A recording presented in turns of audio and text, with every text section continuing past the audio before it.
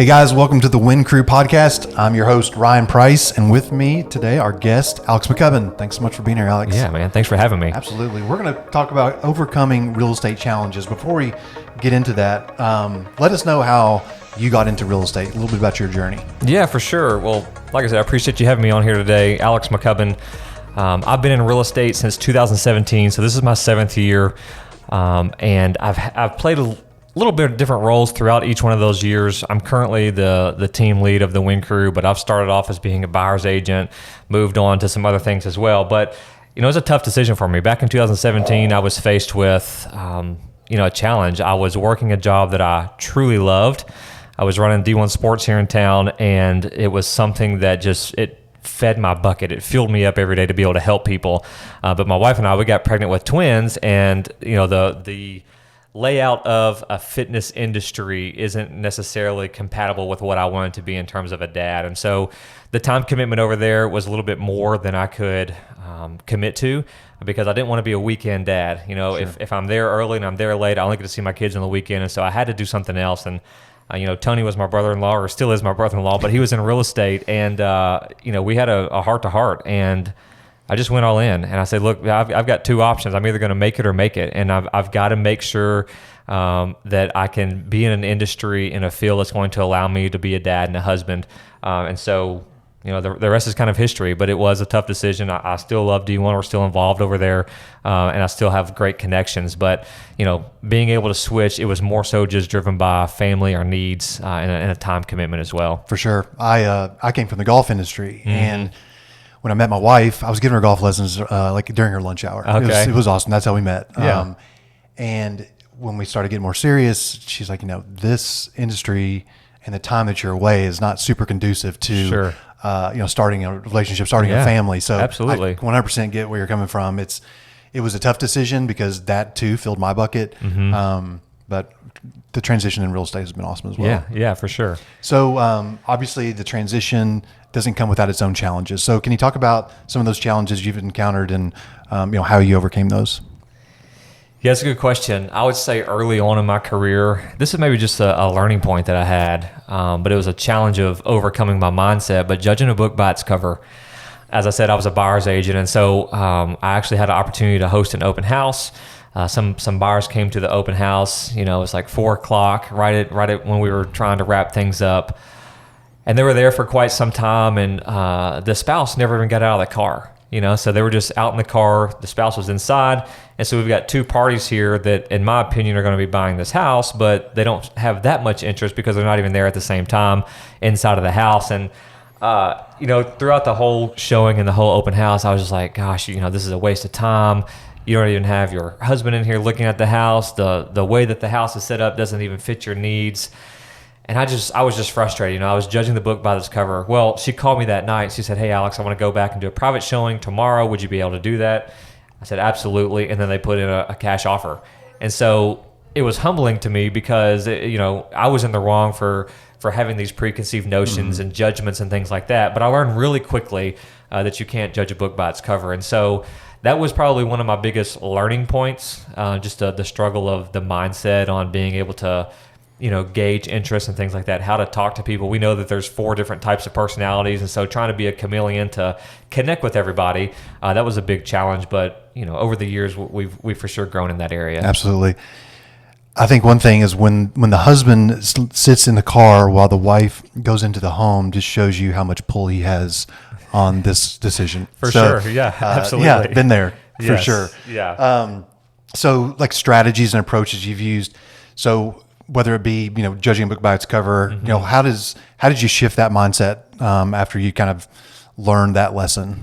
Yeah, well, I think once again, you've got to humble yourself, and you've got to look at every opportunity as an opportunity. Don't look at it any further than that, and then treat people how you want to be treated. It was wrong of me to think like that prior to really knowing their circumstances. But there's other things I struggle with. Being away from family at the beginning is tough. It is a grind. Real estate's not easy. So I think that's a pretty big misconception about real estate. Is as an agent, you get your license and the business just starts coming to you. Well, you don't see the late nights, the weekends, the open houses. The time away from family. I can remember vividly sitting at our dinner table and my phone ringing and I just stopped eating supper and went and served the client. And looking back, I was trying to do things to get my ball rolling in terms of momentum and traction in the industry, but those are times that I just walked away from the dinner table with my family. And looking back, I should have set some boundaries, with my clients, and I've been able to do that now. But if you can set a boundary with somebody early on, most likely they're going to respect that. Sure. And if I answer the phone and I said, "Hey, I'm actually eating family supper, or I'm with my family out at I don't know, a restaurant," I think most people would at least understand that, and then I can get with them and follow back up with them, when I say I'm going to. And so that was another tough thing. That was more probably from a dad perspective, being a dad taken away, because I was trying to be a provider and a dad at the same time, and so that was tough to be able to manage, time block and time manage my life early on as an agent. Sure. I think it's important to be a yes man or a yes woman to an extent, Right. when you get into the industry. And what you just explained sounded like the reason why you left the fitness industry is because you were missing out on those supper times possibly. Right. And then you get into real estate and suddenly you want to do everything you can for the client and you're still missing out on that supper time. Sure. So at what point, did you make that pivot? Like, did you learn hey, I need to start setting boundaries? Like how far down the road did you get before you made those changes in your own business? It wasn't too far down, to be honest with you. I do know it's funny in real estate. If you say you're not busy, just go on vacation, you're going to get busy. But I say that because there was a vacation. One of the vacations we took early on in my career, I was on the phone pretty much the whole time.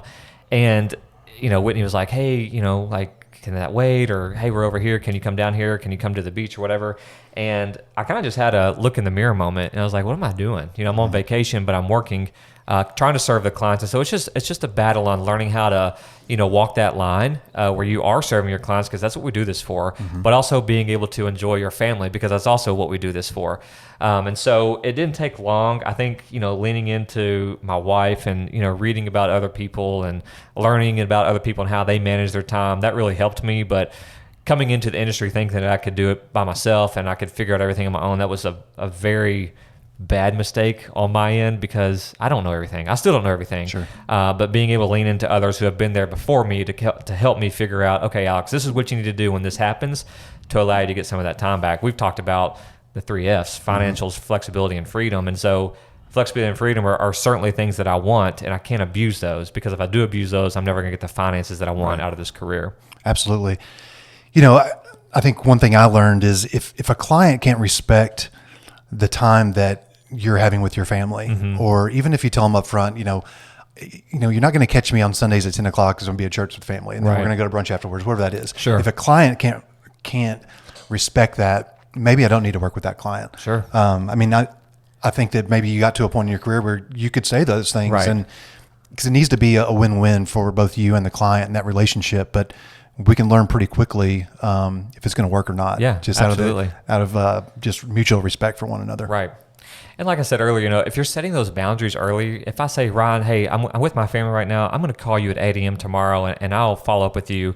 If I do what I say I'm going to do, that's a token of trust from you to me, because I'm doing what I say I was going to do. I'm following up with you when I said I was going to. And I think a lot of times, there's a lot of over promising and under delivering in real estate. And so if you can just do what you say you're going to do when you say you're going to do it, you're going to be able to win people over. And those clients are going to want to work with people like that. And so while you can be selective for sure, I think, like I said earlier, just setting those boundaries where you have a mutual understanding, it's gonna flourish the relationship and help you get to a closing table in a manner that's both acceptable to you and the client. Yeah, absolutely. So it's during the challenges, it's about perseverance, and you kind of learn through just ways to solve problems.